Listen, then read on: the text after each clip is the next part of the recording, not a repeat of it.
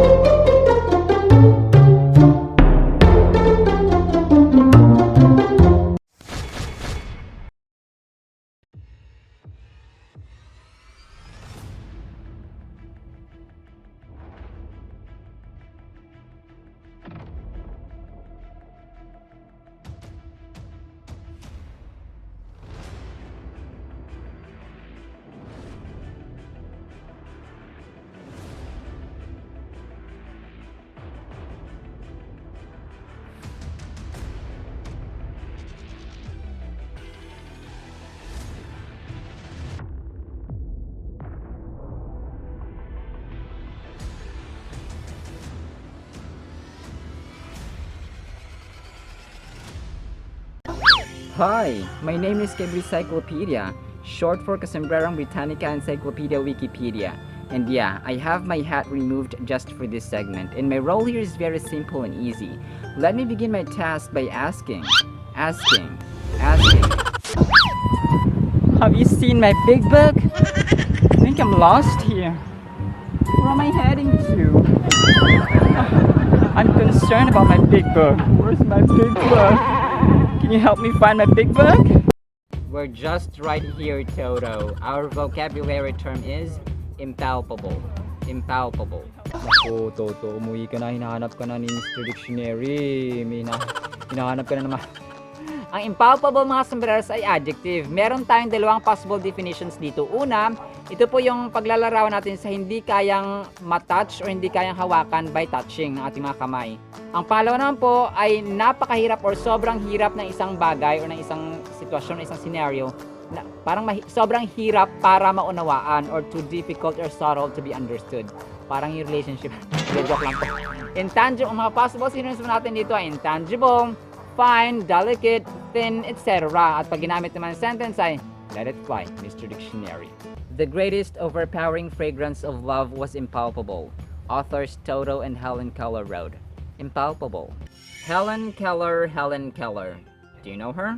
Si Helen Keller, mga sombreros, ay isang Amerikanang author at educator. Nung nagkaroon siya ng chance na makapag-aral sa Radcliffe College, ay nagtapos siya or graduate siya na wagka cum laude noong taong 1904. Paano niya ito nagawa? Meron siyang personal tutor na naging friend, naging interpreter na si Anne Sullivan. At nanatili itong friend niya, kanyang tutor, kanyang interpreter, hanggang sa si Helen Keller ay mamatay noong taong 1936. Isa sa mga katuruan ni Plato, mga sombreros, ay sinasabi niya na ang tao daw ay nare-reincarnate at merong immortal souls. Merong immortal souls, tama, pero reincarnation po ay hindi po. Resurrection po ang tawag dito sa Biblia. Muling pagkabuhay, resurrection. John 11:25-26, sinabi ni Jesus sa kanya, "Ako ang muling pagkabuhay at ang buhay.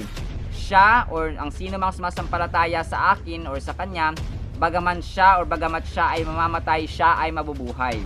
Ang bawat isang nabubuhay at sumasampalataya sa akin ay hindi mamamatay magpakailanman." Sinasampalatayanan mo ba ito? Ecclesiastes 12:7, kung magkagayon, babalik ka sa lupa kung saan ka nagmula at ang espiritu or kaluluwa mo'y babalik sa Diyos na siyang nagbigay nito. Ecclesiastes 3:20, iisa ang kauwian ng lahat, no? Lahat ay buhat sa alabok at sa alabok din uuwi. No, ang kaluluwa ng tao, ganun daw mga sombreros. Romans 6:8-10, kaya nga yamang tayo ay kasamang namatay ni Kristo, tayo ay sumasampalatayang mabubuhay na kasama niya. So that's resurrection. Alam natin sa pagkabuhay ni Kristo muli sa mga patay ay hindi na siya mamamatay. Ang kamatayan ay hindi na maghahari sa kanya. Ito ay sapagkat sa kanyang kamatayan namatay siya sa kasalanan ng minsan lang. At sa lahat or sa kanyang pagkabuhay nabuhay siya sa Diyos. So ito mga sombreros na yung reincarnation is parang katuruan ng mga Hindus or ng Greeks, mga sombreros or other philosophers. Pero ang sa Biblia po, which is Jesus Christ Himself is the Lord of Lords and the King of Kings. Siya ang namatay sa krus. Siya ang author ng buhay at siya rin ang may kakayanang bumuhay muli ng tao kapag namatay niya. Kapag meron siyang pananampalataya nung siya ay nabubuhay kay Jesus Christ, no? So yun po mga sombreros, kaya napakahalaga po ng tamang katuruan and napakahalaga po ng paglalaan talaga ng oras sa Biblia po araw-araw. Kung kaya, let's read, love and obey what's in the Holy Bible. Upo! Sa English, mga sombreros, ang upo ay bottle gourd, may scientific name na Ginaria suceraria. Alam niyo ba na sa botany, mga sombreros, ang upo ay tinuturing na prutas dahil sa mismong bulaklak nito na bubuo ang buto o ang bunga na eventually ay tinatanim at para mag-reproduce. Pansinin po natin ang pinya, ang grapes, ang duhat at iba pa ay sa mismong bulaklak din po sila nabubuo. Kung kaya sa botany po or usapang botany ay yun po ang category nila. Pero yun nga, no?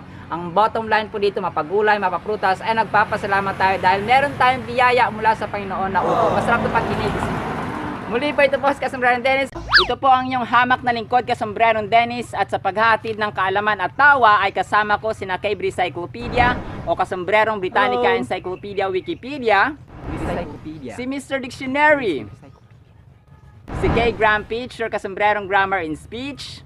At sa tawa, syempre, si Toto, ang pinakakwela sa lahat na nagsasabing, sabayan nyo kami, ang buhay ay masarap na nagiging ang lahat na nagiging faith of love, pag-Lord sa pag-asa. Muli po, maraming salamat po mga sombrero sa mga sumasama sa learning, sa wisdom, sa knowledge. Maraming salamat po at see you sa next segment. Bye-bye!